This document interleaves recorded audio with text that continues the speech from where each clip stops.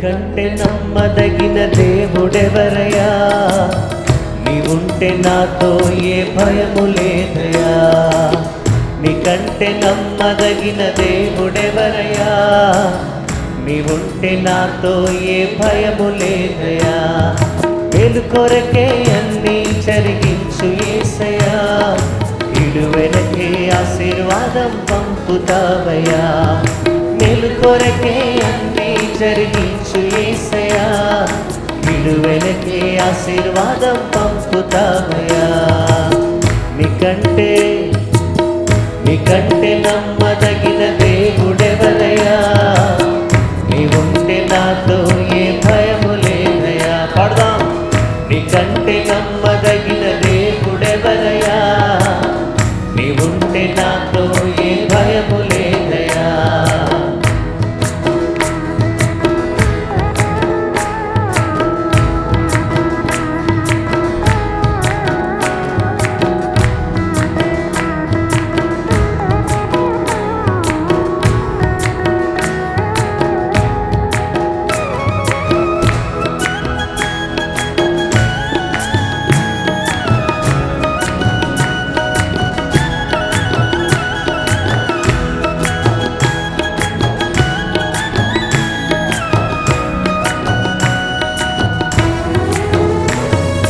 కొట్టబడిన వేళ నా గాయం కట్టినావే,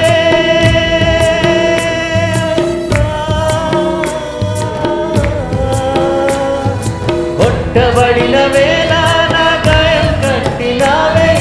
బాధించిన స్వస్థపరిచేది నీవే, బాధించిన స్వస్థపరిచేది నీవే. నీకంటే నమ్మదగిన దేవుడెవరయ్యా, నీవుంటే నాతో ఏ భయము లేదయ్యా. నీకంటే నమ్మదగిన దేవుడెవరయ్యా, నీవుంటే నాతో ఏ భయము లేదయ్యా.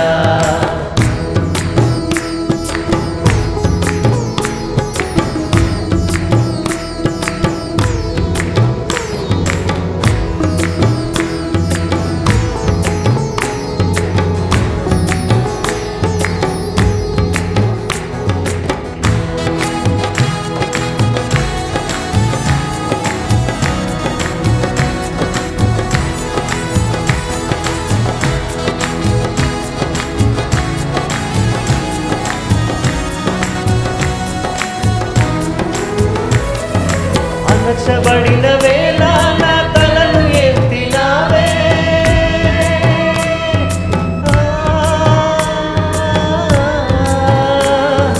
అణచబడిన వేళ నా తలను ఎత్తినావే.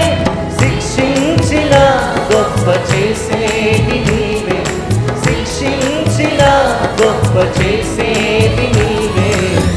నీకంటే నమ్మదగిన దేవుడెవరయ్యా, నీవుంటే నాతో ఏ భయము లేదయ్యా. నీకంటే నమ్మదగిన దేవుడెవరయ్యా, నీవుంటే నాతో ఏ భయము లేదయ్యా.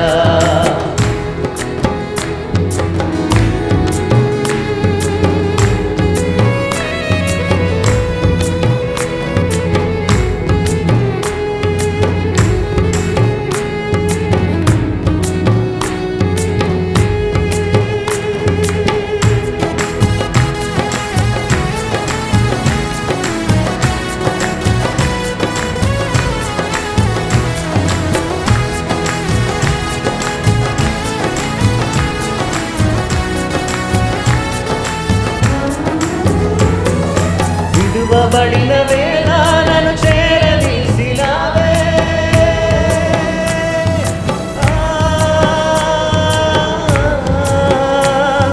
విడువబడిన వేళ నన్ను చేరదీసినావే. కోపించిన కరుణ చూపేది నీవే, కోపించిన కరుణ చూపేది నీవే. నీకంటే నమ్మదగిన దేవుడెవరయ్యా, నీవుంటే నాతో ఏ భయము లేదయ్యా. సంగమంతా నీకంటే నమ్మదగిన దేవుడెవరయ్యా? నీవుంటే నాతో ఏ భయము లేదయ్యా. మేలు కొరకే అన్నీ జరిగించు యేసయ్యా. ఇడు వెనకే ఆశీర్వాదం పంపుతావయ్యా. మేలు కొరకే అన్నీ జరిగించు యేసయ్యా. ఇడు వెనకే ఆశీర్వాదం పంపుతావయ్యా. నీకంటే నమ్మదగిన దేవుడెవరయ్యా?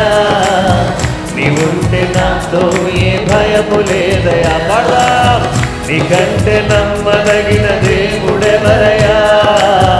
నీవుంటే నాతో ఏ భయము లేదయ్యా. నీకంటే నమ్మదగిన దేవుడెవరయ్యా?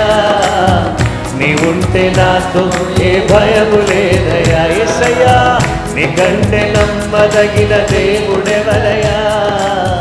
నీవుంటే నాతో ఏ భయము లేదయ్యా. ఆమేన్. హల్లెలూయా. ఏ సమయమందైనా ఏ స్థలమందైనా ఏ స్థితిలో నేనున్నా స్తుతి పాడెదన్. ఏ సమయమందైనా ఏ స్థలమందైనా ఏ స్థితిలో నేనున్నా స్తుతి పాడెదన్. సగమంత మరొకసారి పాడదామా? ఏ సమయమందైనా ఏ స్థలమందైనా ఏ స్థితిలో నేనున్నా స్తుతి పాడెదన్. ఏ సమయమందైనా ఏ సమయమందైనా ఏ స్థలమందైనా ఏ స్థితిలో నేనున్నా స్తుతి పాడెదన్. ఆరాధనా ఆరాధనా నా ప్రియుడేసు క్రీస్తుకే ఆరాధనా ఆరాధనా ఆరాధనా గొర్రె పిల్ల క్రీస్తుకే ఆరాధనా. నాతో పాటు కలిసి అందరూ ఆరాధనా ఆరాధనా నా ప్రియుడేసు క్రీస్తుకే ఆరాధనా ఆరాధనా ఆరాధనా గొర్రె పిల్ల క్రీస్తుకే ఆరాధనా. నా జీవనాధార శ్రీ యేసుడే నా స్తుతికి పాత్రుడు ప్రభు క్రీస్తుడే. తన చేతులతో నన్ను నిర్మింపగా నా సృష్టికర్తను కొనియాడెదన్. నా జీవనాధారం యేసుడే నా స్తుతికి పాత్రుడు ప్రభు క్రీస్తుడే. తన చేతులతో నన్ను నిర్మింపగా నా సృష్టికర్తను కొనియాడెదన్. యెహోవా రాఫా నన్ను స్వస్థపరచున్. యెహోవా షమ్మా నాకు తోడుగా. యెహోవా నీసి నా ధ్వజముగా. అల్ఫా ఒమేగా ఆది దేవునికి ఆరాధనా ఆరాధనా నా ప్రియుడేసు క్రీస్తుకే ఆరాధనా ఆరాధనా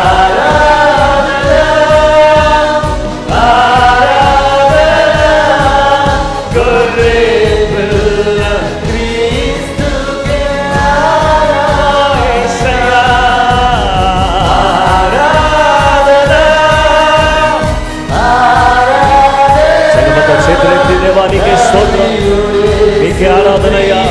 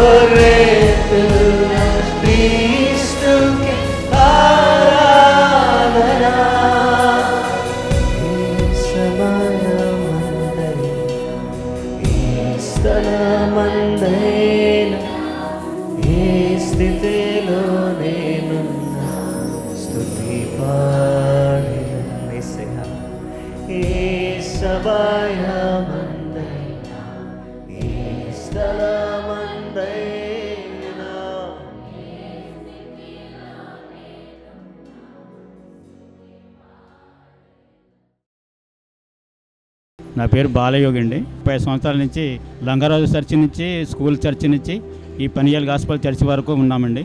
అయ్యగారు ప్రతి వాక్యం కుటుంబం మా గురించి ప్రార్థన చేసేవారండి. అలాగే మరి మా ఎదుగుదల గురించి అయ్యగారు కుటుంబం మాకు కోసి ప్రార్థన చేసేవారు.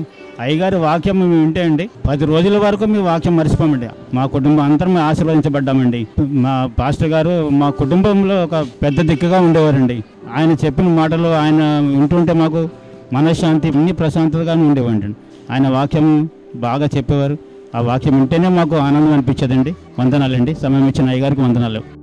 నా పేరు జి నరసింహ, ఐదర్సాగోట్. నేను ఇంతకుముందు దేవుడిని నమ్మకపోతుంటే, ముఖ్యంగా ఏంటంటే నా బిడ్డ బాగా లేకుండే, తినలేకపోతుంటే చుక్కమ్మ దోలుకొచ్చి రక్షణ పొందిపించి మనసు పొందుకొని మంచిగా అయింది. మా అయ్యగారి ద్వారా మేము పీల్చబడుతున్నాం. తండ్రి నాయన, నా తండ్రి నా కొరంనైనా ఎంతో బాధపడి అయ్యగారు ప్రేయర్ చేసి మగ చేసినందుకు వందనాలు. నా చిన్న సాక్ష్యం దేవుడు దీవించును గాక. దేవుని నామానికి వందనాలండి. మరి 2013లో నేను ఈ మందిరానికి వచ్చాను శంషాబాద్ నుంచి. కానీ మరి నా కొడుకు బాప్తిసం తీసుకుంటాను కూడా సహాయం చేశాడు. దాన్ని బట్టి వందనాలు చెల్లించుకుంటున్నాను. మరి ఈ మందిరానికి వచ్చినాక దైవజనులతో సహవాసం కలిగినాక ఎన్నో విషయాల్లో దేవుడు మాతో మాట్లాడుతూ, దైవజనులు మమ్మల్ని ఓదారుస్తూ, బలపరుస్తూ, మరి ఎంతగానో మమ్మల్ని ఆదరిస్తున్నందుకు వందనాలు చెల్లించుకుంటున్నాను. నేనైతే చాలా విషయాలు నేర్చుకున్నాను దైవజనులతోటి. చాలా మరి ఎంతగానో సహవాసంలో ముందుకెళ్తున్నాను నేను. ఈ సమయం ఇచ్చిన దైవజనులకు వందనాలు చెల్లించుకుంటూ ఈ సమయాన్ని ముగిస్తున్నాను. నా పేరు సంపూర్ణ. దేవుని నామానికి మహిమ కలుగునుగాక. అందరికీ వందనాలు. ఇక్కడ సంఘం కట్టబడి 30 సంవత్సరాలు అవుతుంది. అప్పటి నుంచి కూడా మేము ఈ సంఘంలో ఉన్నాము. ఇక్కడ సంఘం కట్టబడడం ద్వారా మేము ఎంతో అదృష్టం చేసుకున్నాం. ఎందుకంటే దేవుడు మాకు మంచి దైవజనుడిని ఇచ్చాడు, మంచి సంఘాన్ని ఇచ్చాడు. మా పాస్టర్ చెప్పిన ప్రతి మాట ద్వారా మేము ఎంతో బలపడ్డాము, ఆత్మీయంగాను ఎంతో ఎదిగాము. దేవుడు మరి మాకు ఇచ్చిన సంఘాన్ని బట్టి, మంచి దైవజనుని బట్టి, దైవజనుల కుటుంబాన్ని బట్టి నేను దేవునికి వందనాలు చెల్లిస్తున్నాను. ఈ చిన్న మాటలు దేవుడు దీవించును గాక. ఆమేన్. ప్రభువైన యేసుక్రీస్తు నామములో మీకందరికీ వందనాలు తెలియజేస్తున్నాను. ప్రార్థనా పోరాటానికి మిమ్మల్ని అందరినీ ప్రేమతో ఆహ్వానిస్తున్నాను. క్రీస్తునందు ప్రియమైన వారలారా, ఈరోజు దేవుని వాక్యాన్ని మనం ధ్యానించబోతున్నాం. మన ధ్యానాంశము ఎల్ షదాయ్. ఆదికాండం 17వ అధ్యాయం 1వ వచనాన్ని మనం చదువుకుందాం. అబ్రాము 99 ఏండ్ల వాడైనప్పుడు యెహోవా అతనికి ప్రత్యక్షమై, నేను సర్వశక్తిగల దేవుడును, నా సన్నిధిలో నడుచుచు నిందారహితుడివై ఉండుము. Genesis chapter 17 verse 1. When Abram was 99 years old, the Lord appeared to Abram and said to him, I am Almighty God. Walk before me and be blameless. Walk before me and be blameless. దేవుని వాక్యాన్ని మనం చూస్తే, ప్రియ సహోదరి సహోదరులారా, దేవుడు అబ్రాహాముతో మాట్లాడి, నీవు నా సన్నిధిలో నిందారహితంగా ఉండాలి అని చెప్పాడు. దేవుని వాక్యాన్ని మనం చూస్తే ఇక్కడ ప్రియ సహోదరి సహోదరులారా, ప్రభు అన్నాడు, నేను సర్వశక్తి గల దేవుడను. దేవుడు సర్వశక్తి కలిగినటువంటి వాడు, ప్రభావం కలిగిన వాడు. ఇంతటి ప్రభావం కలిగినటువంటి ఈ దేవుడు ఏమంటున్నాడంటే, అబ్రాహాము జీవితంలో అసాధ్యమైన వాటిని సుసాధ్యపరిచాడు. ఇప్పుడు సర్వశక్తి కలిగినటువంటి దేవునికి వచ్చి నయోమి ఏమంటుంది? నయోమినికి వచ్చి ఈరోజు మనం ధ్యానం చేయబోతున్నాం. నయోమి, ఈ నయోమి జీవితంలో రూతు గ్రంథం 1వ అధ్యాయం 20-21 వచనాలు. ఆమె సర్వశక్తుడు నాకు చాలా దుఃఖము కలుగ చేశాను గనుక నన్ను నయోమి అనక మారా అనుడి. నేను సమృద్ధి గల దానినై వెళ్ళితిని, యెహోవా నన్ను రిక్తురాలినిగా రాజేశాను. మీరు నన్ను నయోమి అని పిలువనేలా, యెహోవా నా మీద విరుద్ధముగా సాక్ష్యము పలికెను. సర్వశక్తుడు నన్ను బాధపరిచెను అని వారితో చెప్పెను. దేవుని వాక్యంలో మనం చూస్తే బెత్లెహేముకు తిరిగి వచ్చిన నయోమి ఏమంటుందంటే, అయ్యో ఈమె నయోమి కదా, ఇలా అయిపోయిందేంటి అని చెప్పినప్పుడు, దేవుని బిడ్డలారా, ఈమె నయోమి కదా అని చెప్పినప్పుడు ఏం జరిగింది అనే విషయానికి వస్తే, ప్రియ స్నేహితులారా, దేవుని బిడ్డలమైనటువంటి మనందరం కూడా తెలుసుకోవలసిన ఈ ప్రాముఖ్యమైనటువంటి విషయం ఏంటంటే, ఈమె నయోమి కదా అంటే, లేదు సర్వశక్తుడు నాకు చాలా దుఃఖం కలుగు చేశాడు, నన్ను నయోమి అనొద్దు, మారా అనండి. ఆ తర్వాత యెహోవా నా మీద విరుద్ధంగా సాక్ష్యం పలికాడు, ఆయన సర్వశక్తుడు నన్ను బాధపరిచాడు, సర్వశక్తుడు నాకు దుఃఖం కలుగు చేశాడు, నన్ను బాధపరిచాడు అని ఎవరు చెప్తున్నారంటే, నయోమి చెబుతున్నట్టుగా దేవుని వాక్యములో మనం చూస్తున్నాం. ఏంటి, సర్వశక్తుడు నీకు దుఃఖం కలుగు చేశాడా? సర్వశక్తుడు నీకు బాధ కలుగు చేశాడా? అవును, భర్త చనిపోయాడు, 2 కుమారులు చనిపోయారు, బాధే, వేదనే. ఎందుకు జరిగింది ఇలాగా? బెత్లెహేమును విడిచినందుకు జరిగింది. బెత్లెహేమును ఎందుకు విడిచావు? కరువు వచ్చిందని విడిచావు. ఆహారపు ఇల్లుగా ఉన్నటువంటి బెత్లెహేమును దేవుడు ఆహారం లేనిదానిగా ఉంది అనే పరిస్థితికి వచ్చినప్పుడు మీరు బెత్లెహేమును విడిచిపెట్టారు. కానీ మోయాబు దేశానికి వెళ్ళకూడదని దేవుడు చెప్పాడు కదా, 10 తలాల వరకు కూడా అక్కడికి మీరు వెళ్ళకూడదని చెప్పి దేవుడు హెచ్చరిక చేస్తే, ధర్మశాస్త్రంలో రాసి పెడితే ఎందుకు అలా చేశారు అంటే, దానికి ఆమె జవాబు చెప్పకుండా, నన్ను మారానండి, call me as a bitter, call me as a Mara, don't call me as a Naomi. Naomi means pleasant, sweet, ఆహ్లాదకరమైన, రుచికరమైన, చక్కటి తీయ ధనంతో కూడిన మధురమైనటువంటి ఈ యొక్క వ్యక్తిని మారగా మారింది. మహిమగల దేవుని విడిచిపెడితే మధురంగా ఉండే అనుభూతులు మారగా మారిపోతాయి. దేవుని వాక్య భాగంలో మనతో దేవుడు మాట్లాడుచున్న సత్యం, విశిష్టమైనటువంటి విషయం, సమృద్ధి గల దానిగా వెళ్ళి రిక్తురాలుగా వచ్చింది. తన జీవితం, తన భవిష్యత్తు ఎఫెక్ట్ అయింది, పిల్లలను కోల్పోయింది, నా యొక్క జీవితంలో ఎంతో నష్టం కలిగింది అని చెబుతుంది. అయితే దేవుడు నయోమి జీవితంలో ఆమె బెత్లెహేముకు తిరిగి వచ్చినందువల్ల ఆమె జీవితంలో దేవుడు అద్భుతం చేయడం ప్రారంభించాడు. రూతు గ్రంథం 3వ అధ్యాయం 18వ వచనం, అప్పుడు ఆమె, నా కుమారి, ఈ సంగతి నేటి దినమున నెరవేర్చితేనే కాని ఆ మనుష్యుడు ఊరుకొండడు కనుక ఇది ఎలాగూ జరుగునో నీకు తెలియ వరకు ఊరుకుండుమనెను. దేవుని వాక్యాన్ని మనం చూస్తే రూతు గ్రంథం 4వ అధ్యాయం 16వ వచనంలో, అప్పుడు నయోమి ఆ బిడ్డను తీసుకుని కౌగిట ఉంచుకుని, రూతు 4:16, అప్పుడు నయోమి ఆ బిడ్డను తీసుకుని కౌగిట ఉంచుకొని దానికి దాదిగా ఉండెను. దేవుని వాక్య భాగంలో మనం చూస్తే పిల్లలు లేని స్థితిలో నుంచి, మోడు బారిన స్థితిలో నుంచి తనకు దేవుడు ఓబేదును తన కౌగిటిలో పెట్టాడు. దేవునికి స్తోత్రం. దేవుని వాక్యం భాగంలో మనం చూస్తే ప్రసంగి 7:14లో, సుఖదినమందు సుఖముగా ఉండము, ఆపద్దినమునందు యోచించుము, తాము చనిపోయిన తరువాత జరుగుదానిని నల్లు తెలుసుకొనుకున్నట్లు దేవుడు సుఖ దుఃఖములను జతపరిచి ఉన్నాడు.